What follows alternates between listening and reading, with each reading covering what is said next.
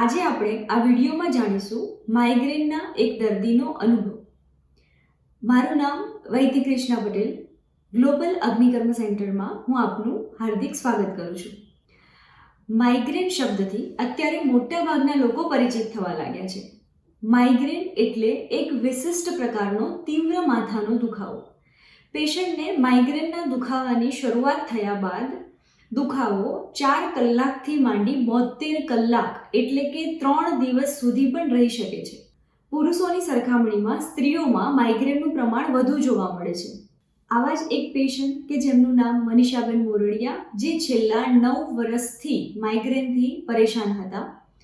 આયુર્વેદની વિશિષ્ટ સારવાર પદ્ધતિ અગ્નિકર્મથી મનીષાબેનને એમના માઇગ્રેનના દુખાવામાં જે લાભ થયો, આવો સાંભળીએ એમનો અનુભવ એમના શબ્દોમાં.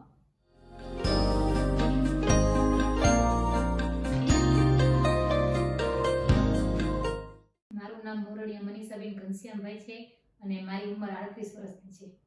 મને 9 વર્ષથી માઇગ્રેનની તકલીફ હતી, પણ છેલ્લા 3 વર્ષથી તો બહુ જ થઈ ગઈ હતી. મને અઠવાડિયામાં એક વખત તો માઇગ્રેન થઈ જ જતું, અને માઇગ્રેન શરૂ થાય એટલે 3 દિવસ લગી તો એટલો દુખાવો સહન કરવો પડતો હતો કે ગમે એવી પેન ગોળી લઉં ને તોય મને નહોતો મેળ આવતો, અને ગમે એટલું કરું ને તો 3 દિવસ લગી તો મારે કોઈ બોલે ને તો મને ગમે નહીં. નીંદર આવે, વામિટ થાય. નોકરીના હિસાબે 3 દિવસ લગી તો મને એટલું સહન કરવું પડતું ને, તડકામાં જાઉં તો મારે નોકરી હતી એટલે તડકો સહન કરવો પડતો. તડકો સહન કરે એટલે માઇગ્રેન ચડે મને. એટલે પછી માઇગ્રેન દુખે ને એટલે મને એટલું દુખતું તો હું મારા બાળકો પાસે માથું દબાવતી ને તો એટલું દબાવું ને કે મારા છોકરા ઉપર ખીજાવ મળતી કે હજી દબાવો. અને જઈ મને 3 દિવસ પછી માઇગ્રેન મટી જાય ને તો મને બીજા 5 દિવસ તો માથું અમસ્તું અડી નહોતી શકતી, એટલું દુખતું. આના લીધે મારો સ્વભાવ પણ ચીડિયો થઈ ગયો હતો. મને કોઈ બોલાવે તો ગમતું નહીં. બહુ એટલું ચીડિયો સ્વભાવ કે મને કોઈની હારે બેસવું તો ન ગમે, ઉઠવું ન ગમે, કાંઈ નહીં. હું ઘરમાં જ રહેતી. ક્યાંય આવું જાવ કાંઈ ગમતું જ નહીં. એટલો સ્વભાવ મારો ચીડિયો હાવ ખરાબ થઈ ગયો હતો.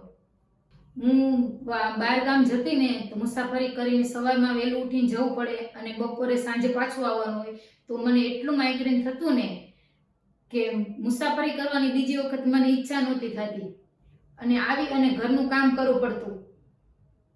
અને એટલું માઇગ્રેન દુખે ને મને, પ્રસંગ હોય એટલે કામ કરવા વહેલું ઉઠવું પડે તોય મને માઇગ્રેન થતું. અને મને પ્રસંગમાં કે ક્યાંય જવાની ક્યાંય ઈચ્છા જ નહોતી થતી, કે એમ થતું બીક લાગતી કે હું જઈશ તો મને પાછું માઇગ્રેન ચાલુ થઈ જશે તો 3 દિવસ પાછો મારે દુખાવો સહન કરવો પડશે. ક્યાંક જવું તો હું કે માન થતું બધા જાવ. મને દુખાવો એટલો થતો તો હું ગોળી લેતી, તો ગોળી લઉં ને તોય મને એની કાંઈ અસર નહોતી થતી. એટલે 3 દિવસ લગી ગમે એવી ગોળી પીવું ને પણ એ દુખાવો તો 3 દિવસ સહન કરવો પડે એટલે કરવો જ પડતો.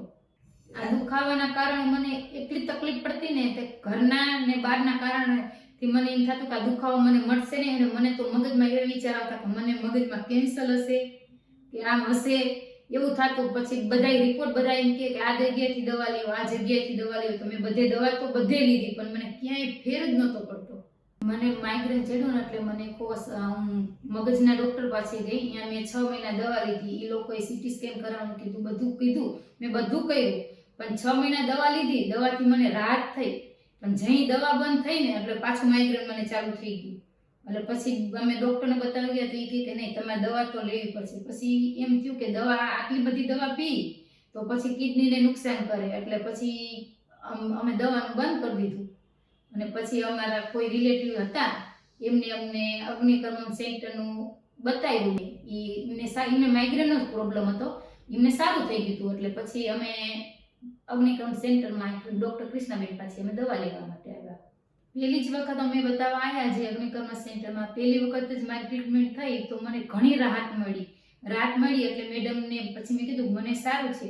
એટલે મેડમે પછી જે રીતે અમને કીધું એ રીતે અમે બતાવવાનું ચાલુ કરી દીધું. એટલે 1 મહિના લગી અમે રેગ્યુલર બતાવવા આવ્યા જે કીધું તે મેડમે. 1 મહિના પછી મને તો 80% જેટલો રાહત થઈ ગઈ. એટલે મને વિશ્વાસ બેઠો કે નહીં, હવે મને અહીંથી જ ફેર પડશે. એટલે અમે મેં કીધું હવે તો મારે કોર્સ પૂરો કરવો જ છે. એટલે જેમ મેડમ કહેતા ગયા એમ અમે અમારી ટ્રીટમેન્ટ અમે ચાલુ રાખી. એટલે મને અત્યારે એટલી રાહત થઈ ને કે અત્યારે તો મને 100% જેટલો ફેર પડી ગયો. હું ગમે એવી મુસાફરી કરું, ગમે મેરેજમાં જાઉં કે હું મારી નોકરી ઉપર જાઉં તોય મને મહિનો થાય, 2 મહિના થાય, પણ મને માઇગ્રેન કંઈ નથી થતું. હું તડકામાં જતી અને મને જે માઇગ્રેન થતું ને એ હવે નથી થતું. અને મારો સ્વભાવ જે ચીડિયો થઈ જતો ને એ અત્યારે હાવ શાંત થઈ ગયો. હું મારા બાળકો ઉપર ગુસ્સો નથી કરતી, કશું નથી કરતી પહેલાની જેટલું. અત્યારે મને એટલી રાહત છે ને કે હવે એમ થયું કે મને આટલું સારું થઈ ગયું ને તો મારે કોકને કહેવું પડશે કે તમે ભાઈ અગ્નિકર્મ સેન્ટરમાં જાઓ. અને મારી જોબ એવી છે ને કે મને મારે 3000ની વસ્તીમાં જે કામ કરવું હોય ને એમાંથી મને આ માઇગ્રેન વાળા કેટલા પેશન્ટ મળે હું બધાને આ એડ્રેસ તો આપું જ છું. જ્યારે મને માઇગ્રેન ચડતું તો એ એટલું જ સખત દુખતું ને એ વિચારીને અત્યારે વિચારું ને તો મને હજી ધ્રુજારી આવી જાય છે. અને જો મને આ ન મળ્યું હોત ગ્લોબલ અગ્નિકર્મ સેન્ટરનું તો મારું જીવન અત્યારે કેવું છે અને કેવું થાત એમ હજુ વિચારી નથી શકતી. અને આનાથી અત્યારે મારું જીવન એટલું સરળ થઈ ગયું છે. 38 વર્ષની ઉંમર છે ને તો મને એમ થતું કે આ દુખાવો મારે આખી જિંદગી સહન કરવો પડશે. પણ મને એટલું થતું ને તો પણ જે મને આ બતાવ્યું એ બેનનો આભાર કે મને કે તમે ગ્લોબલ અગ્નિકર્મ સેન્ટરમાં જાઓ. મેં અહીંયા ટ્રીટમેન્ટ ચાલુ કરી. મેં 6 મહિનાથી દવા લીધી છે આ. અને જે ટ્રીટમેન્ટથી મને અત્યારે જેટલી રાહત મળી છે એને એ રાહત બદલ હું ડૉક્ટર કૃષ્ણા મેડમનો, ગ્લોબલ અગ્નિકર્મ સેન્ટરનો અને જેટલા સ્ટાફ બધાનો ખૂબ ખૂબ આભાર માનું છું. આપણે સાંભળ્યું તેમ માઇગ્રેનના દરેક દર્દીની આવી વ્યથા હોય છે, કેમ કે માઇગ્રેનની કોઈ સંપૂર્ણ સારવાર નથી. તીવ્ર દુખાવાને શાંત કરવા વપરાતી પેઇનકિલર દવાઓ લઈને દર્દી કંટાળી જાય છે અને આપણે જાણીએ છીએ કે તેની આડઅસરો પણ ઘણી છે.